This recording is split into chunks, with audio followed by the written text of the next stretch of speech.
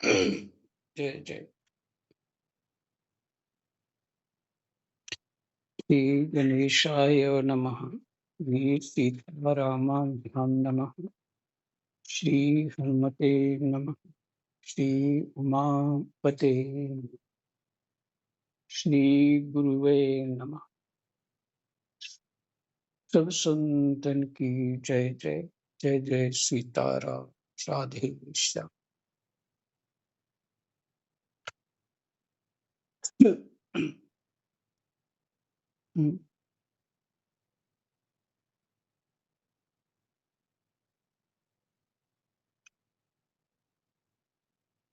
अष्टम स्कंद है, 22वां अध्याय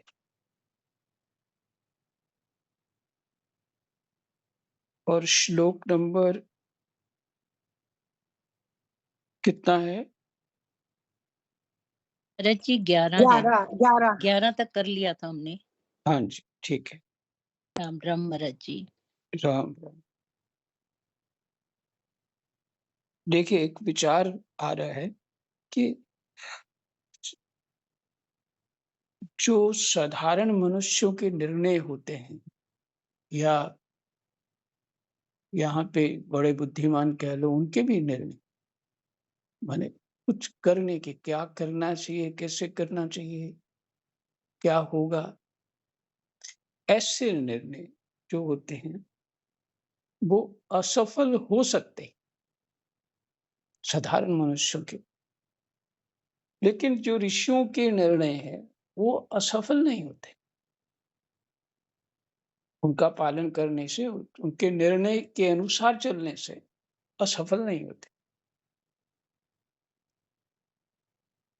इन कथाओं के माध्यम से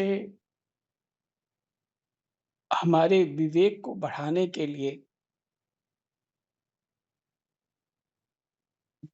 बहुत सारी ऐसी बातें कही हैं जिनको ध्यान पूर्वक समझने से बड़ा आनंद होगा, गंभीरता से लेने से बहुत कुछ चित्त शांत हो जाए। क्योंकि चित्त ही तो हमारा दौड़ता रहता है और उसी से दुखी होता है जी।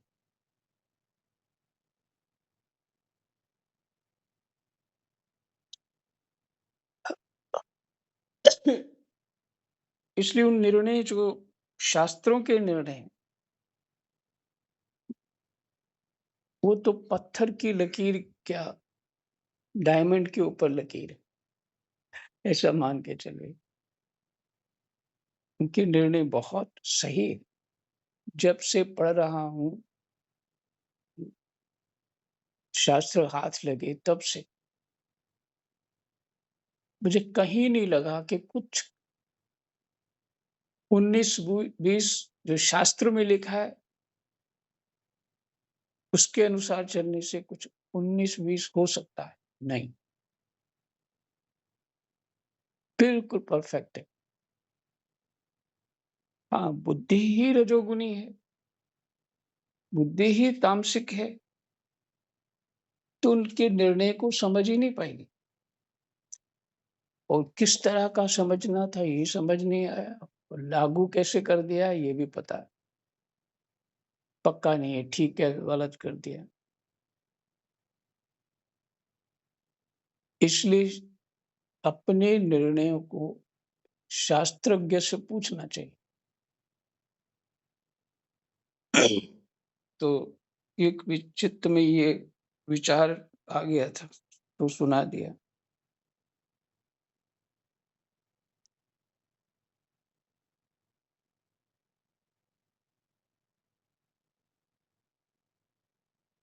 संसार को पढ़ने से भय होगा, कलेश होगा। संसार को समझने से, देखने से ये सब होगा। नई अवस्था में तो बड़ा अच्छा लगता है, लेकिन परिणाम उस समय बाद में अच्छा नहीं निकलता। तो शास्त्र जो बुद्धि में स्थापित होगा उसका चिंतन चलेगा, उसके विश्लेषण होंगे अपनी बुद्धि में।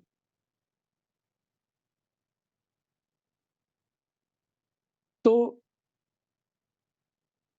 आप देखेंगे सारा भय दूर हो गया, क्लेश दूर हो गया और जो हमारी स्थिति है वो बिल्कुल ठीक है। हम इसी के योग्य हैं। निश्चिंतता आ जाएगी। इसलिए ऋषियों ने हम सबको ऐसे वरदान नहीं दिए कि दूध की नदियाँ बहने लग जाएँ, अन्न इत्यादि के पहाड़ मिल जाएँ, जो हमें वस्तुएँ चाहिए वो ये संभव हो सकता था, क्यों नहीं हो सकता? तो उन्होंने ऐसा नहीं किया। हमारी आवश्यकताएँ पूरी होने से हमें सुख होता, तो फिर तो बात ही कोई नहीं थी, फिर वो कर देते।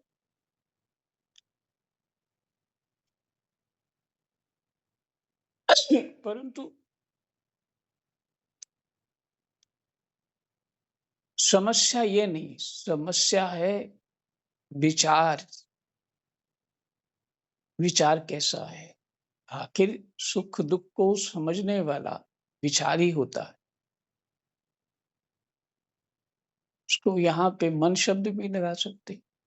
मन तो कारण हो गया, लेकिन विचार ये मेरे लिए अच्छा है, ये विचार हुआ, है ना? ये अच्छा नहीं है, तो ये विचार हुआ।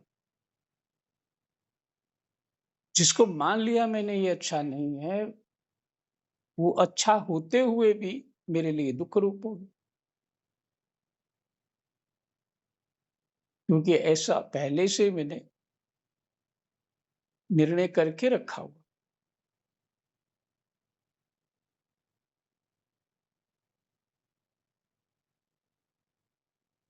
तो नरक में भी कोई पड़ा हो और उसको सद्विचार मिल जाए, वो वहीं अपना स्वर्ग अपने विचार में ही बना लेगा। परिस्थिति को बदलने की कोई आवश्यकता नहीं। जैसी है वैसी चलने दो।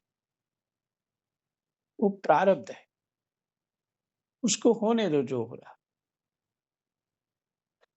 लेकिन विचार बदलने की आवश्यकता है।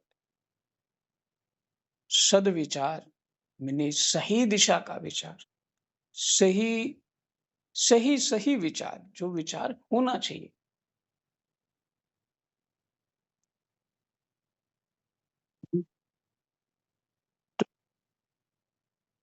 इसलिए शास्त्र ही हमको ये योग्यता दे सकता है, सत्संग ही दे सकता है। ऐसे जो महापुरुष हैं, आप सबके आस-पास इधर-उधर भी मिल जाते हैं। क्योंकि आप शास्त्र पढ़े होंगे, सुने होंगे तो ऐसों को ढूँढ पाएँगे।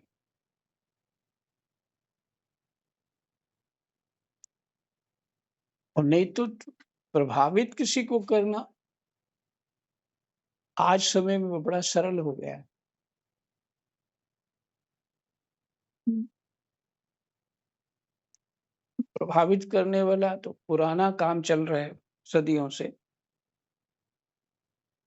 तो हमें इस बात से ये लेना है, स्वतः ज्ञान होगा तो आप किसी को समझ पाएँगे। स्वतः ज्ञान ही कुछ नहीं है। कोई भी आपका पापा बन के बैठ जाएगा।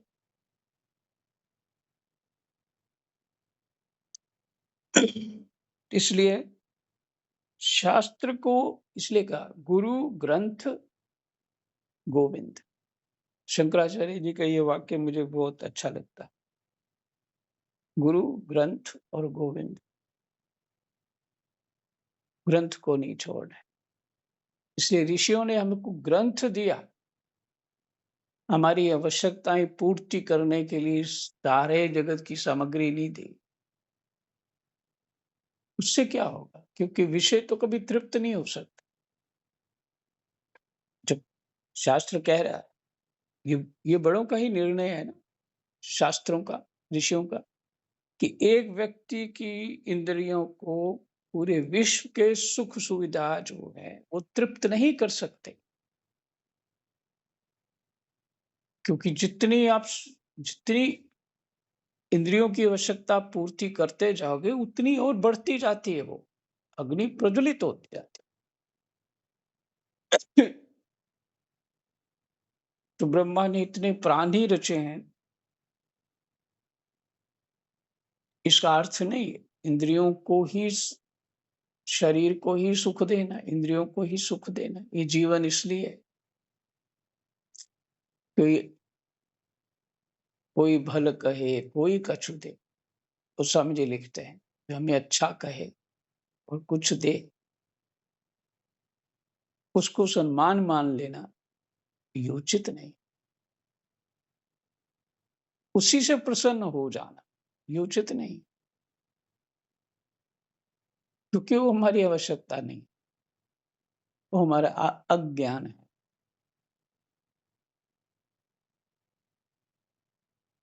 जितनी आवश्यकता है तो मांग लो, इसी से नहीं है बात, नहीं कोई देता तो ठीक है, बहुत बढ़िया, जैसे है वैसे ठीक चले।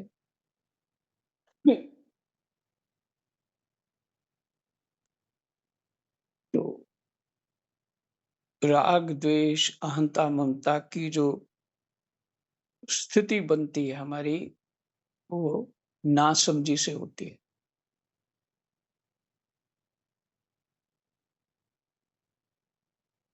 इसलिए शास्त्र, ऋषियों ने शास्त्र दिया, हमें संपत्ति नहीं दी, खास करके ब्राह्मणों को दी नहीं, कि उनको जना दिया कि तुम्हारे लिए माने सबसे उत्तम वस्तु क्या है सबके लिए, शरीर भोग नहीं, शरीर से योग प्राप्त हो। ब्राह्मण ही ऋषि हैं, कोई दूसरा कोई नहीं है।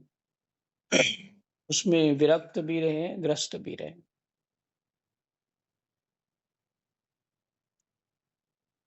गुरु विशिष्ट जो उनकी, राम जी की परंपरा के गुरु हैं, वो ब्रह्मा के पुत्र हैं, इतनी लंबी अवस्था उनकी आयु। क्योंकि 100 पुत्र तो विशिष्ट ने ही मार डाले थे, 100 पुत्र। नहीं नहीं, वशिष्ठ जी के पुत्र 100 विश्वामित्र ने मार डाले थे। वो दिव्य महापुरुष थे, इसलिए वो आत्महत्या करना चाहते थे, इतना कलेश हो रहा था, और वो मर ही नहीं रहे थे,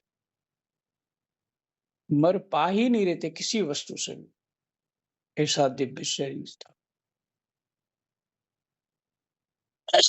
सुख दुख क्लेश सबको होता है, लेकिन अपने विवेक बल से ही उसका समाधान, या कह लीजिए विचार बदलना पड़ेगा। कि सुख दुख स्वप्न का है, ये बात तो सब मान लीजिए, जीवन स्वप्न है, स्वप्न जैसा सुख दुख। तो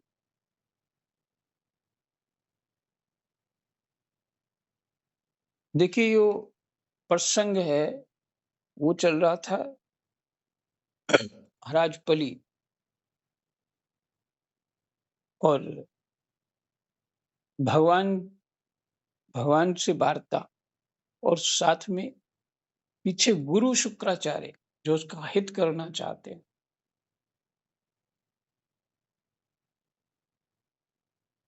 हम्म? गुरु दे रहे हैं लौकिक वस्तुओं को, और चेला आध्यात्मिक वस्तु को चाहता है, तत्व को चाहता है। गुरु जी की बात मानी नहीं, लक्ष्मी जाती है तो जाती रहे, राज्य जाता है तो चला जाए, कोई बात नहीं, लेकिन मेरी कीर्ति नष्ट ना हो, मेरे खानदान की कीर्ति नष्ट ना हो। दूसरा, भगवान है, जब वही मांगने आए हैं तो फिर दूं क्यों नहीं।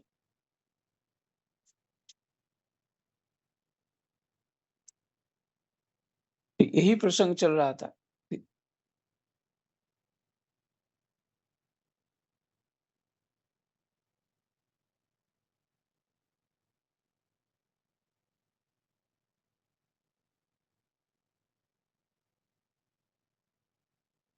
देखिए, पीछे का श्लोक पढ़ रहा हूं। ऐसा निश्चय करके। राम राम जी महाराज जी बीच बीच में ना आपकी आवाज बंद हो रही है थोड़ी थोड़ी देर के लिए। अच्छा, चेक करता हूँ। हाँ जी, 2-3 बार हो चुका है। अच्छा,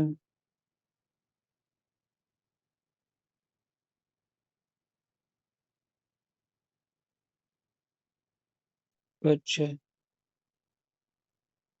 महाराज जी हमें तो बिल्कुल नहीं कट रही, बिल्कुल सही आवाज आ रही है। अच्छा, हो सकता है लगता कभी है कभी। वीना जी हमें भी आपके नेटवर्क में प्रॉब्लम होएगी थोड़ी शायद। कोई बात नहीं, कोई बात नहीं, ठीक है। पार्ट रिकॉर्डिंग हो रही है ना। अच्छा, देखिए,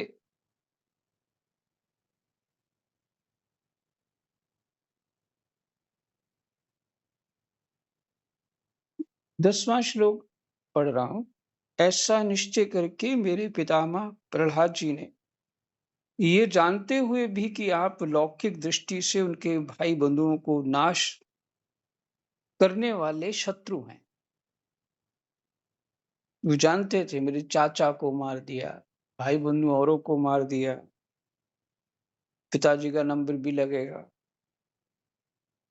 फिर आपके ही भय रहित एवं अविनाशी चरण कमलों की शरण ग्रहण की थी। फिर भी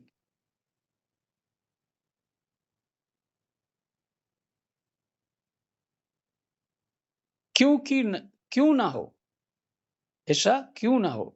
वे संसार से परम विरक्त, अगाध बोध संपन्न, उदार हृदय एवं संत शिरोमणि शिरोमणि जो हैं प्रहलाद जी।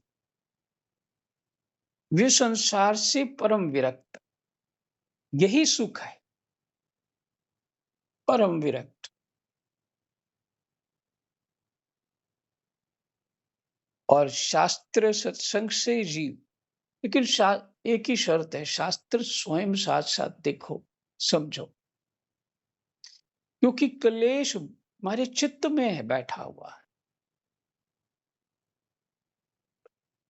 वो शास्त्र ही निकाल सकता है। वो अपनी ही विवेक बुद्धि को जब तक बढ़ाएंगे नहीं, चिंतन नहीं करेंगे, शुद्ध नहीं करेंगे उसके चिंतन से, तब तक क्लेश कैसे जाए। क्लेश तो कहीं और नहीं बैठा, बाहर नहीं है, भीतर है। वो हमारे चिंतन में। जन्म जन्मांतर से जिन परिस्थितियों में रहते आ रहे, उन सब के अनुभव हमारे चित्त में बैठे हैं। इस जन्म के भी बैठे, वही हमारा कलेश है। उसको केवल शास्त्र धो सकता, केवल शास्त्र धो सकता। धुंधकारी का धोया, परीक्षित का धोया। ऐसे तो जित पाठ चला गया, आगे आएगा कि जिसकी बनी है वो सत्संग से ही बनी।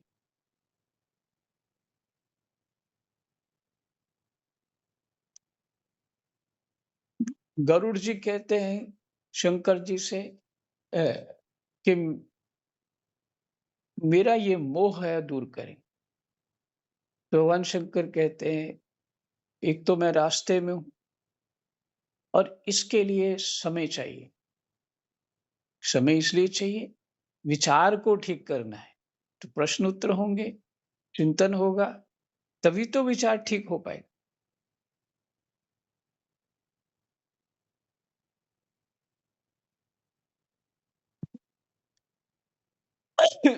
और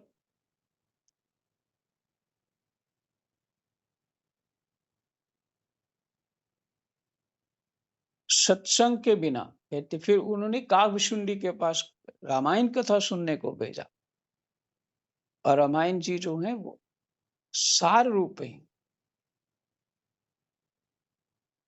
और ज्यादातर हमारे श्रोता अच्छी उम्र के हैं, उनको तो दिन रात ग्रंथ शास्त्र पढ़ते सुनते रहना चाहिए।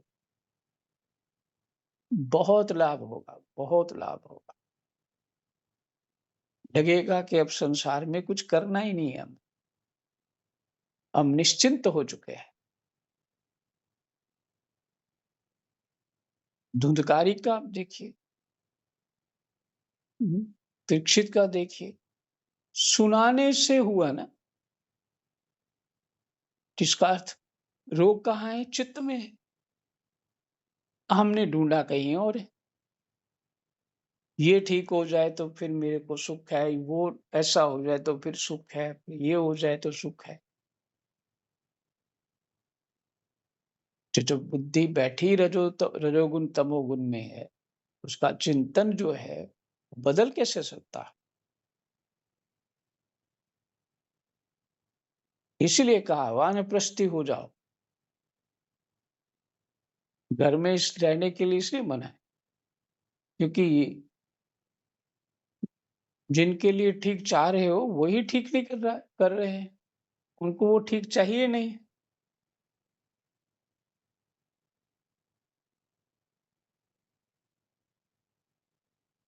हर किसी की अपनी अपनी बुद्धि होती है, और उसके अनुसार चलना चाहता है, अपने मन के अनुसार चलना चाहता है।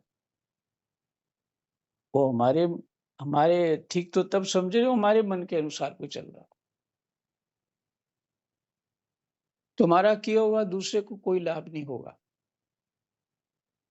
हमारा किया हुआ हमको ही लाभ प्राप्त करे। और पहले चित्त में बात करते करते चित्त में बात आ रही थी कि हम मान लीजिए 18 घंटे चिंतन होता है, इधर उधर कुछ ना कुछ होता है, तो 18 घंटे में कितने घंटे संसार रहता है, कितने घंटे शास्त्र रहता है हमारी बुद्धि में। जब शास्त्र शास्त्र संसार से अधिक चिंतन प्राप्त कर लेगा, हमारी बुद्धि शास्त्र का अधिक चिंतन प्राप्त कर लेगी और संसार का कम हो जाएगा, तो उसी समय देखेंगे आप समझेंगे कैसी प्रसन्नता हो रही।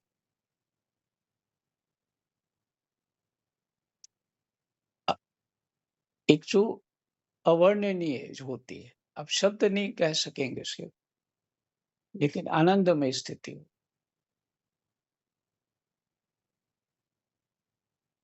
और जितना बढ़ता जाएगा शास्त्र भगवान चिंतन, एक ही बात है, नाम जप करते सावधानी ये कि बुद्धि इधर उधर ना जाए, मनवा तो चहु दिशि फिरे, ये तो सिमरन ना है। मन को ही तू सिमरन करना है, मन ने करना है सिमरन। तो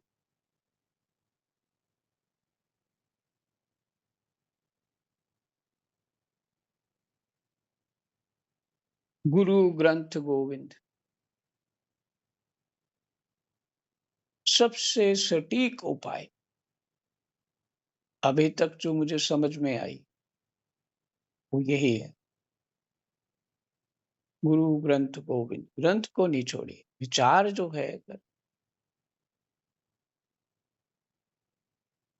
अगर वो ठीक ही नहीं है तो समस्या इस जन्म नहीं, जन्म जन्मांतर बनी रही।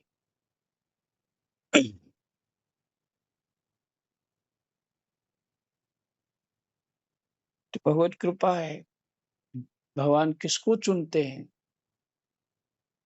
ये भगवान ही जानते हैं, किस कारण चुनते हैं ये भी भगवान जानते हैं। मुझे तो अभी तक पता नहीं लगा कि कोई कारण क्या है।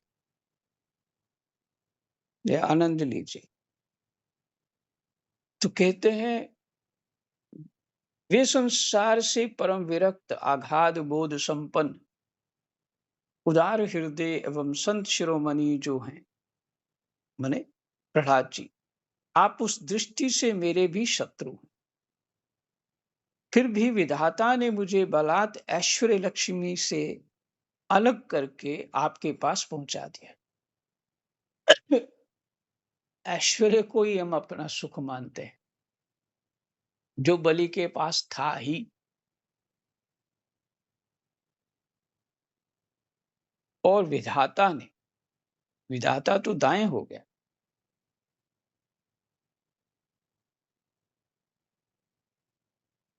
अच्छा ही हुआ, क्योंकि ऐश्वर्य लक्ष्मी के कारण जीव की बुद्धि जड़ हो जाती।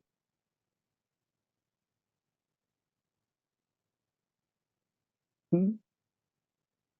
कम बुद्धि वाले भी, जिनके पास पैसे अधिक होते हैं, संसार में कुछ योग्यता होती, कम बुद्धि वाले भी ज्यादा बातें करते, ज्यादा सलाह देते।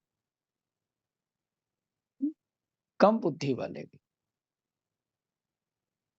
क्योंकि वो अपने आप को समझते कुछ हम अच्छे हैं, हमारी बुद्धि ठीक है, हमारे पास पैसे हैं, तो ऐश्वर्य कोई वो ज्ञान नहीं दे सकता।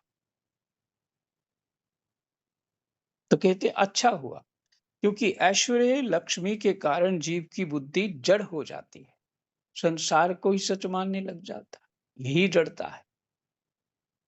बुद्धि का जड़ होना क्या है? संसार को ही सच मानने लग जाता है,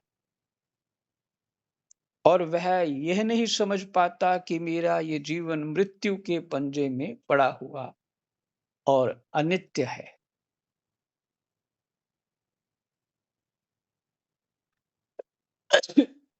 कल का पाठ था, कृष्णाय वासुदेवाय हरे परमात्मने प्रणतः क्लेशनाशाय गोविन्दाय नमो।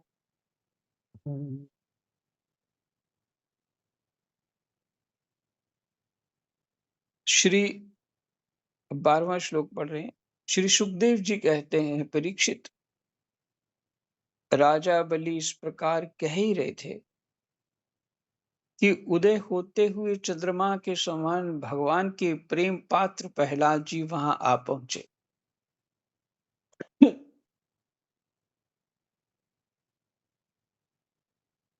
राजा बलि ने देखा कि मेरे पितामह बड़े श्री संपन्न हैं, कमल के समान कोमल नेत्र हैं, लंबी लंबी भुजाएं हैं, सुंदर ऊंचे और श्यामल शरीर पर पीताम्बर धारण किए हुए हैं।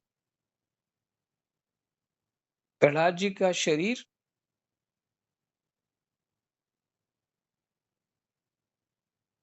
राजा बलि ने देखा कि मेरे पितामह बड़े श्री संपन्न हैं, कमल के समान कोमल नेत्र हैं, लंबी लंबी भुजाएं हैं,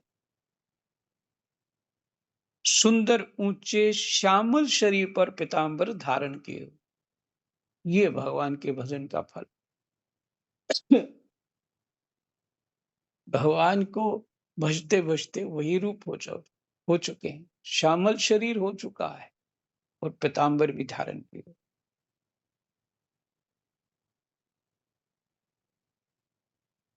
बलि इस समय वरुण पाश में बंधे हुए थे, इसलिए प्रहलाद जी के आने पर जैसे पहले वे उनकी पूजा किया करते थे, उस प्रकार ना कर सके। उनके नेत्र आंसुओं से चंचल हो उठे, लज्जा के मारे मुंह नीचा हो गया। उन्होंने केवल सिर झुकाकर उन्हें नमस्कार किया। प्रहलाद जी ने देखा कि भक्त वत्सल भगवान वहीं विराजमान है और मुख और सुनंद नंद आदि पार्षद उनकी सेवा कर रहे हैं। प्रेम के उद्रेक से प्रहलाद जी का शरीर पुलकित हो गया, भगवान को देख के, पौत्र को देख के नहीं। उनकी आंखों में आंसू छलक आए। वे आनंद पूर्ण हृदय से सिर झुकाए हुए अपने स्वामी के पास गए और पृथ्वी पर सिर कर उन्हें साष्टांग प्रणाम किया। भगवान प्रहलाद जी ने प्रहलाद जी ने कहा, प्रभु आपने ही बलि को ये ऐश्वर्यपूर्ण इंद्र पद दिया था, अब आप अब आज आपने ही उसे छीन लिया। आपका देना जैसा सुंदर है वैसा ही सुंदर लेना भी।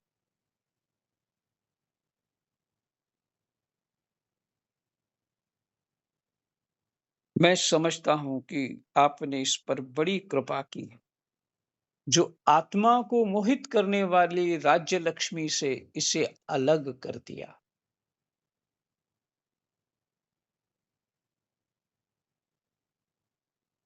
आत्मा को मोहित करने वाली राज्य लक्ष्मी से इसे अलग कर दिया।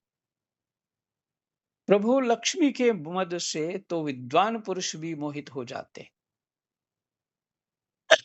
बहुत जानकर विद्वान लोग भी मोहित हो जाते हैं अधिक लक्ष्मी आ जाने पर। उसके रहते भला अपने वास्तविक स्वरूप को ठीक ठीक कौन जान सकता है। लक्ष्मी के रहते हुए अपने स्वरूप को कौन जान सकता। अतः उस लक्ष्मी को छीन कर महान उपकार करने वाले समस्त जगत के महान ईश्वर सबके हृदय में विराजमान और सबके परम साक्षी श्री नारायण देव को मैं नमस्कार करता हूं।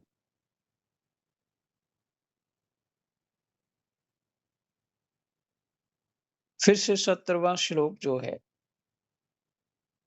पढ़ लेते हैं। प्रभु लक्ष्मी के मद से तो विद्वान पुरुष भी मोहित हो जाते हैं। उसके रहते भला अपने वास्तविक स्वरूप को ठीक ठीक कौन जान सकता है।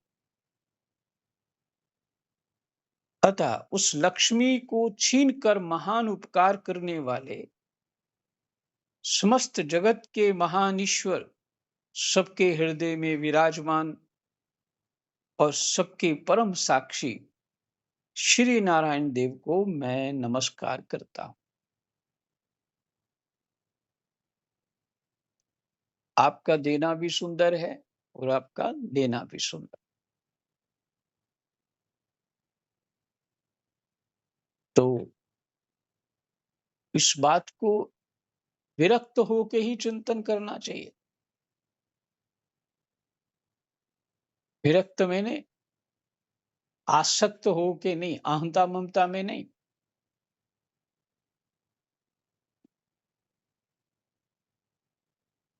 तो चिंतन इसलिए करना चाहिए, तभी समझ में आएगा। तभी भले ही ये बात कह दी है कि लेना सुंदर है, देना सुंदर है, लेकिन इतना ही समझ लिया संसार ही स्वप्न है।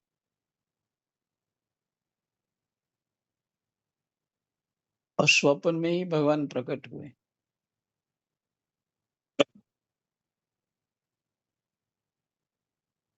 तो क्या किस तरह का कोई प्रभाव नहीं रहेगा।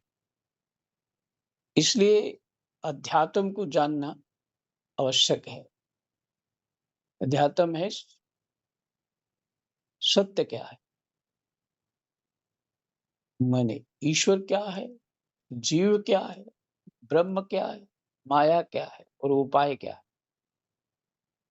इसी बात को जान लेना अध्यात्म। यही विश्राम करते हैं। कृष्णाय वासुदेवाय हरे परमात्मने प्रणतः क्लेशनाशाय गोविन्दाय नमो नमः। जय जय।